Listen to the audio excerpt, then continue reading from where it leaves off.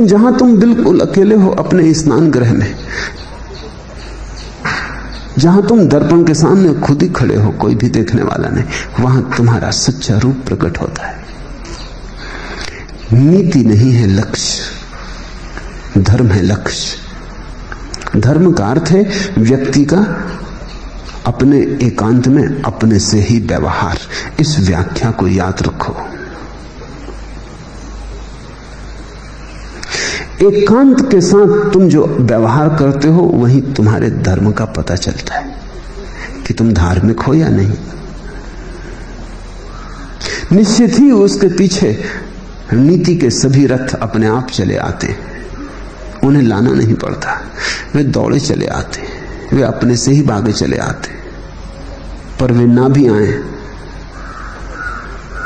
तो भी धार्मिक व्यक्ति को उनके कारण कोई चिंता नहीं होती।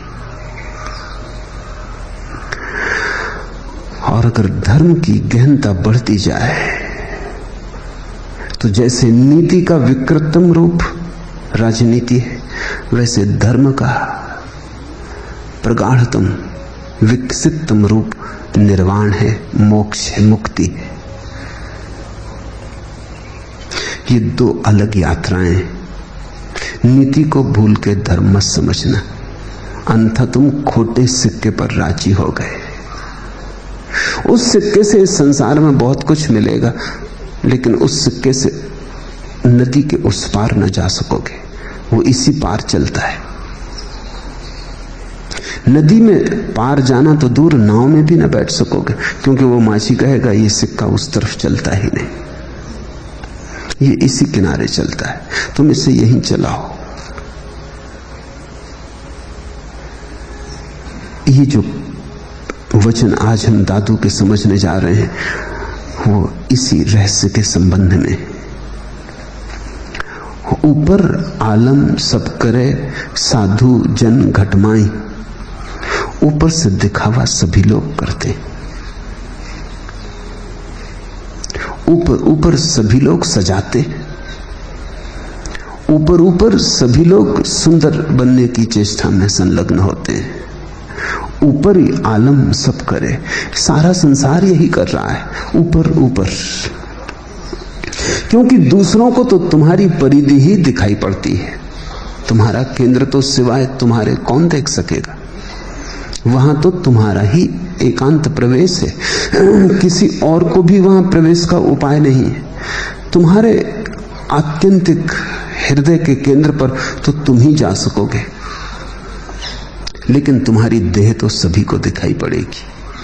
तुमने ध्यान किया या नहीं ये किसी को दिखाई नहीं पड़ेगा, तुमने स्नान किया या नहीं ये तो सभी को दिखाई पड़ जाएगा। तुमने भीतर के सौंदर्य को निखारा या नहीं, इसको देखने वाली आंखें तुम कहां खोज सकोगे। लेकिन तुमने स्नान किया है, सुगंधित होकर घर से निकले हो, ताजे कपड़े पहने, ये तो अंधे को भी समझ में आ जाएगा। धीरे धीरे तुम ये भूल ही जाते हो कि एक तुम्हारा ऐसा रूप भी है जिसे तुम ही जानोगे, और एक तुम्हारा रूप है जो बाहर से दिखाई पड़ता है। अगर तुम बाहर के ही रूप को संवारने में लगे रहे तो तुमने दूसरों को आंखों को भला तृप्ति दी हो, तुम अपने जीवन की खोज से वंचित हो जाओगे। तुम दूसरों को ही समझाते रहे कि मैं सुंदर हूं, और तुम सुंदर न हो पाओगे, क्योंकि ये सवाल किसी को समझाने का नहीं है। तुम सुंदर हो तो तुम सुंदर हो, किसी को समझाने की बात नहीं है। कोई समझ ले उसका सौभाग्य, न समझे उसका दुर्भाग्य। समझ ले तो वो भी यात्रा पर निकल जाएगा, न समझे तो जहां पड़ा है वहीं पड़ेगा और सड़ जाएगा। लेकिन तुम्हें दूसरे को समझाने की आकांक्षा नहीं है। लेकिन साधारणतः हमारी अपने संबंध में कोई दृष्टि ही नहीं होती। हम अपने संबंध में भी दूसरों की दृष्टि को ही जुटाते। अगर लोग तुम्हें अच्छा कहते हैं तो तुम अपने को अच्छा मानते हो, अगर लोग बुरा कहते हैं तो तुम अपने को बुरा मानते हो, जैसे कि तुम्हारा अपने से सीधा कोई पहचान ही नहीं है। जो लोग कहते हैं वही तुम अपने को मानते हो। यही तो तकलीफ है।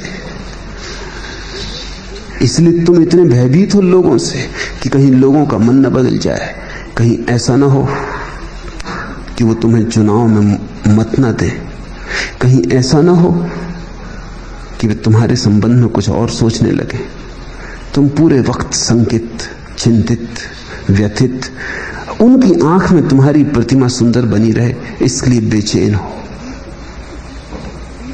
और दूसरों की आंखों में बनी तुम्हारी प्रतिमाएं पानी पे बने प्रतिबिंब से ज्यादा मूल्यवान नहीं।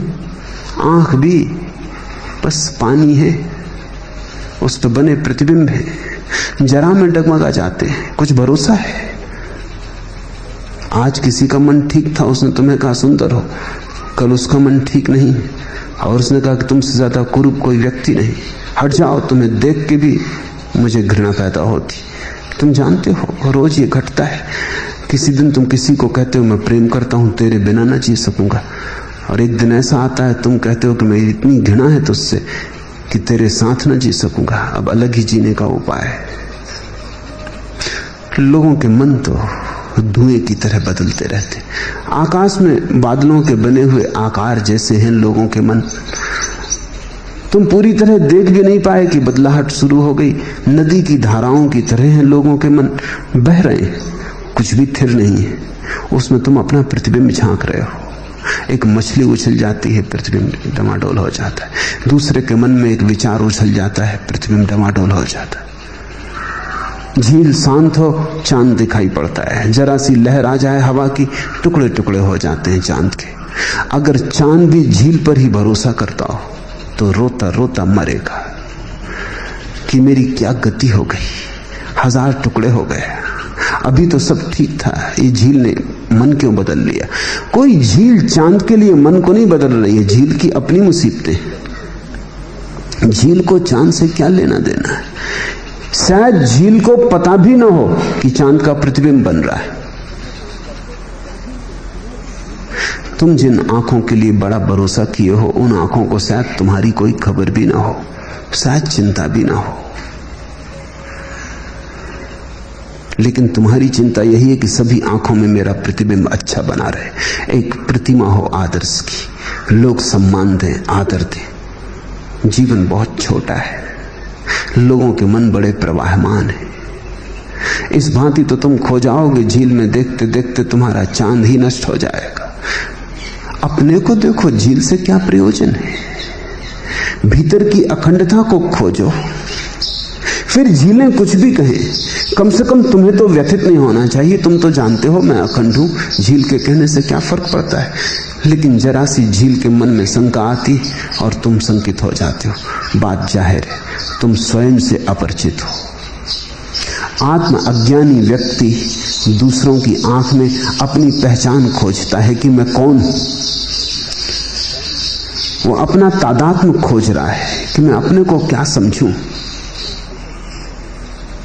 अमेरिका की बहुत प्रसिद्ध अभिनेत्री हुई ग्रेटा गार्बो, उसने अपने संस्मरणों में लिखा है कि मुझे पता ही ना था कि मैं सुंदर हूं।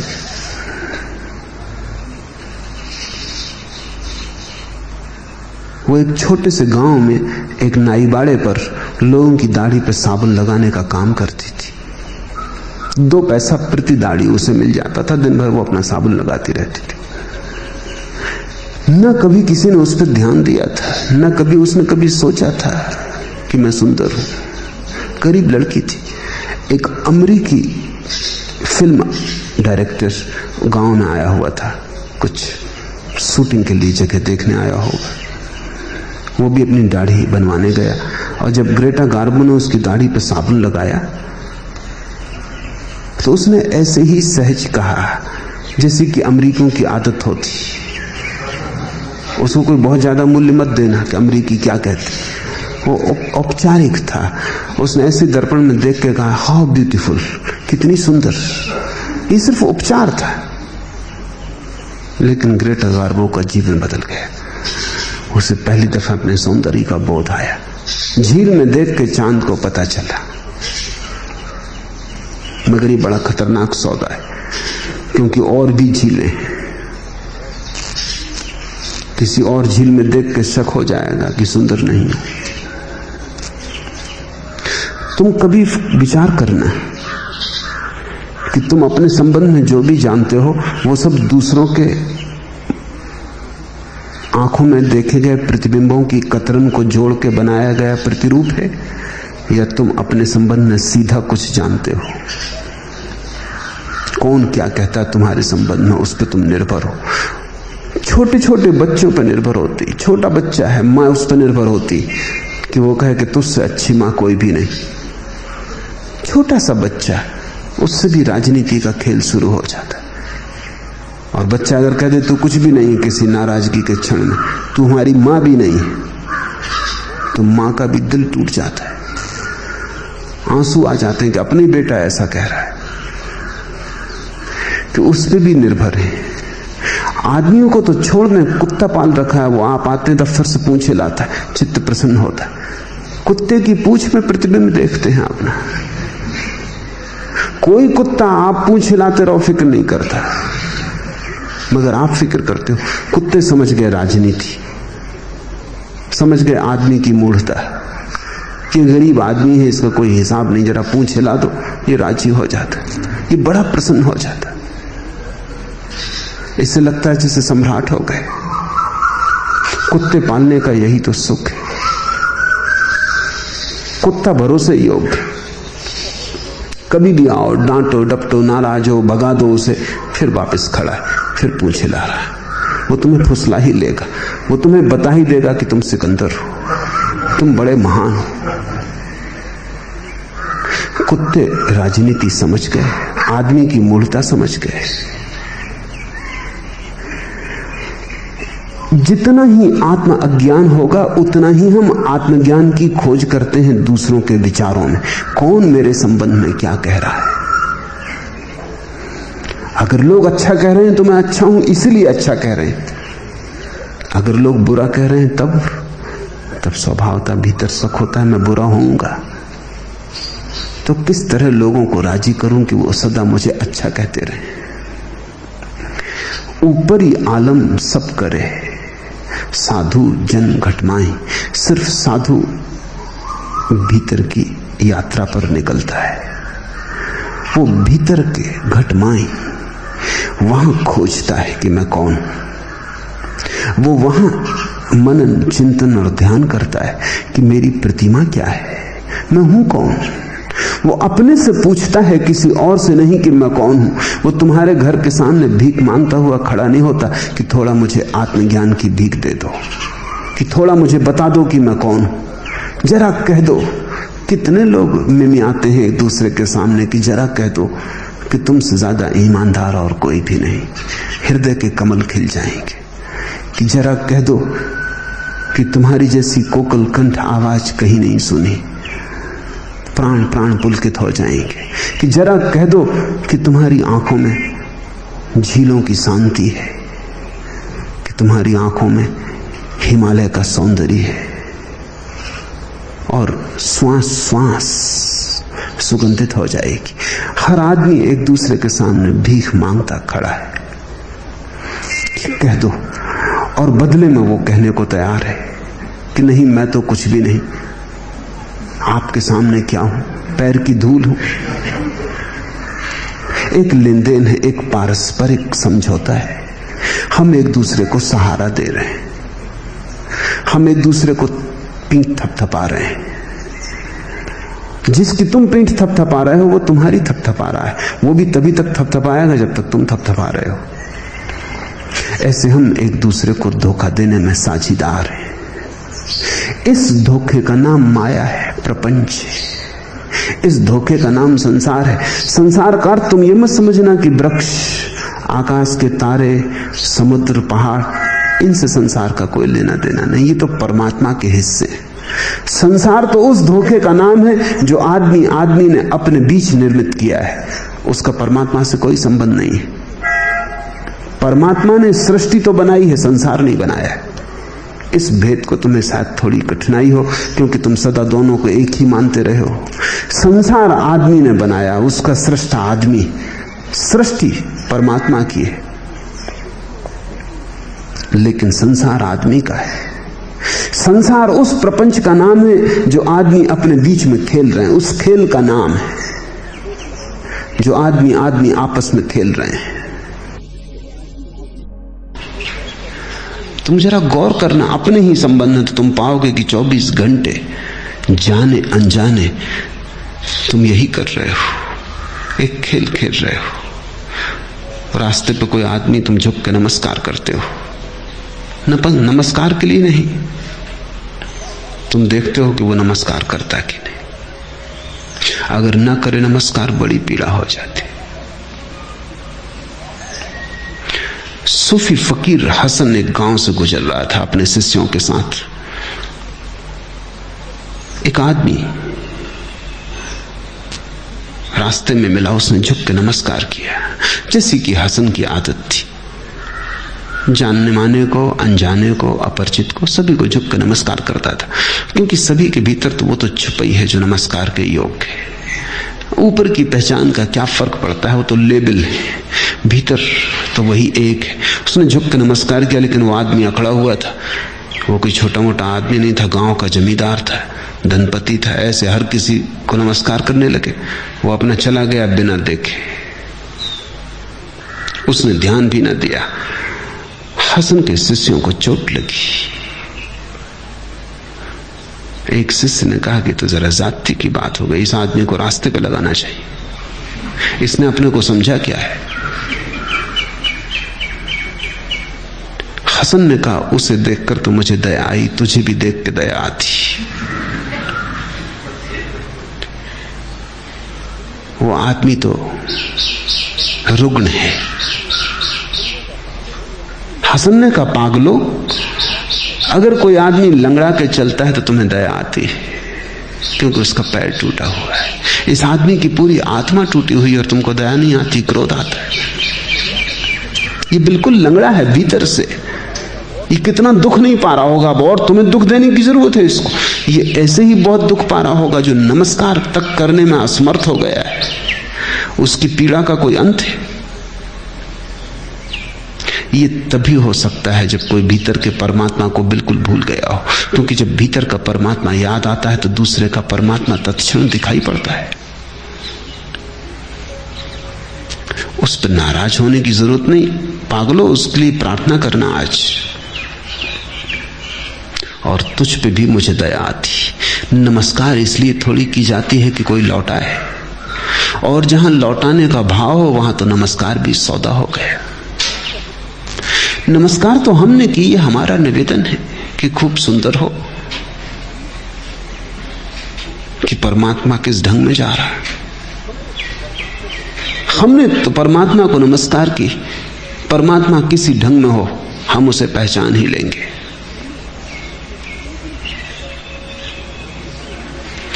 रुग्ण हो, स्वस्थ हो, जागा हो, सोया हो, हम पहचान ही लेंगे। हमने तो अपनी पहचान जतलाने के लिए नमस्कार की के पहचान गए, उसने नहीं लौटाई। ये उसकी बात है, ये उसकी पीड़ा है। तुम क्यों नाराज हो? निश्चित ही तेरे मन में आकांक्षा होगी नमस्कार की जाए तो लौटाई जाए। नमस्कार जैसा पवित्र कृत्य भी बाजार में बिक गया है, वो भी पारस्परिक व्यवसाय का हिस्सा हो गया है। हम उन्हीं को नमस्कार करते हैं जिनसे हम आश्वस्त हैं कि वो लौटाएंगे उत्तर, नहीं तो हम भी बच के निकल जाते हैं। क्योंकि ये बात बड़ी बेचैनी की मालूम पड़ती कि हम झुके और तुम ना झुके।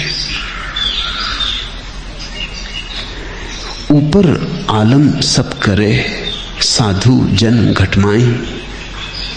साधु भीतर की साधता है, वो अपने को खोज पे निकलता है, लेकिन दूसरों के माध्यम से नहीं, वो सीधा ही खोज पे जाता है। ये भी क्या पागलपन है कि मैं अपना कान पूरा सिर घुमा के पकड़ूं, नाहक हाथ को कष्ट देना है। जो कान सीधा ही पकड़ा जा सकता है, उसके लिए पूरे सिर का चक्कर हाथ को लगवाने की क्या जरूरत है। मैं अपने को जानूं तुम्हारे द्वारा, ये बात ही फिजूल है। मैं सीधा ही अपने को जान सकता हूं। मैं अपने भीतर विराजमान ही हूं। आंख बंद करनी है और अपने को देखना है। आंख बंद करनी है और अपने से पूछना है कि मैं कौन हूं। तुमसे क्यों पूछूं? और बड़ा मजा ये कि तुम्हें खुद अपना पता नहीं, तुम्हें मेरा क्या पता होगा? तुम मुझे कैसे पहचानोगे? तुम अभी अपने को ही नहीं पहचान पाए। ये तो ऐसा हुआ दो भिखमंगे एक दूसरे के सामने हाथ फैलाए खड़े हो, भीख की आशा में, और दोनों भिखमंगे, दोनों मांग सकते हैं, दे नहीं सकते। दो अज्ञानी जब एक दूसरे को ज्ञान का भरोसा दिलाने लगते तो संसार पैदा होता है। न मुझे पता है मैं कौन हूं, न तुम्हें पता है तुम कौन हो। मैं तुम्हें समझाता हूं कि तुम कौन हो, तुम मुझे समझाते हो कि मैं कौन हूं। मैंने सुना है एक शिकारी 3 दिन तक जंगल में भटका रहा, थक मरा, लहूलुहान हो गया सब शरीर, कांटे ही कांटे छिद गए, भूखा प्यासा, रास्ता न मिले, बौखला गया, करीब करीब विक्षिप्त हालत में हो गया। चौथे दिन सुबह सूरज के उगते ही उसने देखा कि अरे एक आदमी दिखाई पड़ा उसे एक वृक्ष के नीचे खड़ा हुआ। वो भागा खुशी से कि अंत हुआ इस झंझट का, जाके उस आदमी को गले लगा लिया, लेकिन वो आदमी वैसे ही खड़ा रहा जैसे ठूंठ हो। इतना बेचैन हुआ। उस आदमी ने कहा ज्यादा खुश मत हो, मैं 7 दिन से भटका हुआ हूं, तुम प्रसन्न हो रहे हो कि रास्ता मिल गया, इसलिए नाच रहे कूद रहे हो, हम खुद ही भटके। ज्यादा से ज्यादा इतनी हो, हम दोनों साथ साथ भटकेंगे, और कोई ज्यादा लाभ नहीं हो सकता। लेकिन तुमने कभी ख्याल किया अकेले भटकने से साथ साथ भटकना अच्छा लगता है? कम से कम कोई साथ तो है, कोई सहारा तो है, किसी से बात तो कर लेंगे, अपनी पीड़ा तो रो लेंगे, दुख तो रो लेंगे। इसलिए तो लोग दुख रोते। मिला नहीं कोई कि उन्होंने दुख रोना शुरू नहीं किया। वो दूसरा भी सुनता है कि तुम रुकोगे तो हम शुरू करेंगे। दुख ही दुख है, अज्ञानी अज्ञान है। लेकिन भीड़ भाड़ हो जाती तो भरोसा आ जाता। इसलिए तो आदमी के मन में भीड़ के साथ संबंधित होने की बड़ी आकांक्षा होती। तुम थोड़ा सोचो, तुम हिंदू हो तो तुम 20-30 करोड़ लोगों की भीड़ के हिस्से हो।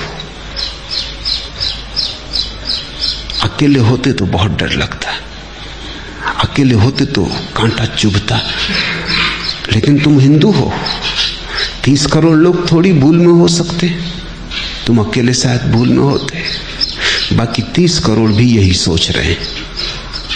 तुम मुसलमान हो, 80 करोड़ आदमी थोड़ी भूल में हो सकते हैं सारी दुनिया में। या तुम ईसाई हो, पूरे 1 अरब आदमी ईसाई है। हाँ, तुम अकेले भूल में हो सकते हो, लेकिन 1 अरब आदमी और बाकी 1 अरब भी यही सोच रहे हैं कि मैं भूल में भला हूं, लेकिन शेष 1 अरब आदमी थोड़ी भूल में हो सकते। कोई ऐसी नासमझी थोड़ी दुनिया में होती। इसलिए प्रत्येक व्यक्ति के मन में भीड़ से संबंधित होने की बड़ी गहरी आकांक्षा है। वो अपने अज्ञान को छिपाने के लिए रास्ता है। इसलिए लोग हजारों उपाय खोजते। हिंदू है, मुसलमान है, ईसाई है, उनसे तृप्ति नहीं होती तो रोटेरियन हो गए, लायन क्लब के सदस्य हो गए, और भी कई तरह की मूढ़ताएं कुछ ना कुछ हो गए। मगर उसमें सम्मिलित हो जाने से बड़ा अच्छा लगता है। मेरे एक परिचित ने बंबई में भी एक नया क्लब खड़ा कर लिया, जायंट्स इंटरनेशनल। छोटे छोटे आदमी, वो खुद भी छोटे आदमी, जायंट्स इंटरनेशनल। अब उसमें लोग सम्मिलित हो रहे हैं, क्योंकि जब जायंट्स के साथ सम्मिलित हो गए तो तुम भी जायंट हो गए। और कोई छोटी मोटी संस्था नहीं, अंतरराष्ट्रीय। अब उसकी शाखाएं खुल रही, पूना में भी खुल गई। सभी जगह छोटे कद के आदमी मिल जाएंगे जिनको जाइंट होने की इच्छा है। अकेले तो नहीं कह सकते कि हम जाइंट हैं, लेकिन इंटरनेशनल, अंतरराष्ट्रीय संघ के साथ है, जरूर है। अकेले नहीं हो सकते तो एक दूसरे के कंधे पर खड़े हो जाएंगे, लंबी कतार बनाएंगे, स्वर्ग तक पहुंच जाएंगे। अकेले का हाथ ना पहुंचता होगा, सबके हाथों के साथ तो पहुंच जाएगा। ये आदमी की रुग्ण चित्त की दशाएं। कहीं भी समूह खोजता है, बिलोंगिंग, ऐसा कुछ हो जिसको पता चले कि मैं किसी के साथ हूं, अकेला नहीं हूं। नारे खोजता है, सड़कों पर भीड़ें निकलती हैं, प्रोसेसन निकलते हैं, जुलूस निकलते हैं सारी दुनिया में। कौन उनमें सम्मिलित होता है? किस लिए उनमें सम्मिलित होता है? कुछ बहुत गहरा सुख होगा। वो सुख यही है, भीड़ के साथ तुम अकेले नहीं रह जाते। और जब भीड़ जोर से नारा लगाती है तो जोर की आवाज तुम्हारे भी भय और शंकाओं को गिरा देती है, और तुम्हें भी लगता है कि ठीक ही होंगे ये लोग, जब इतने जोर से कह रहे हैं तो गलती बात कोई कहीं इतने जोर से कहता है। तुम भी जोर से आवाज देते हो। अकेले तो तुम कभी जोर से आवाज न दे सके थे, डरते थे कि गलती ना हो जाए। अब 10,000 आदमी साथ हैं। तुमने कभी ख्याल किया कि 10,000 लोग नारा लगाते जाते हो, तुम्हारे पैर में भी थिरकन होने लगती, हृदय में जोश आ जाता है। सरफरोशी की तमन्ना अब हमारे दिल में है। देखना है जोर कितने बाजुए कातिल में है। बड़ा जोश भरता है। सारी दुनिया की राजनीति और सारे दुनिया की मूढ़ता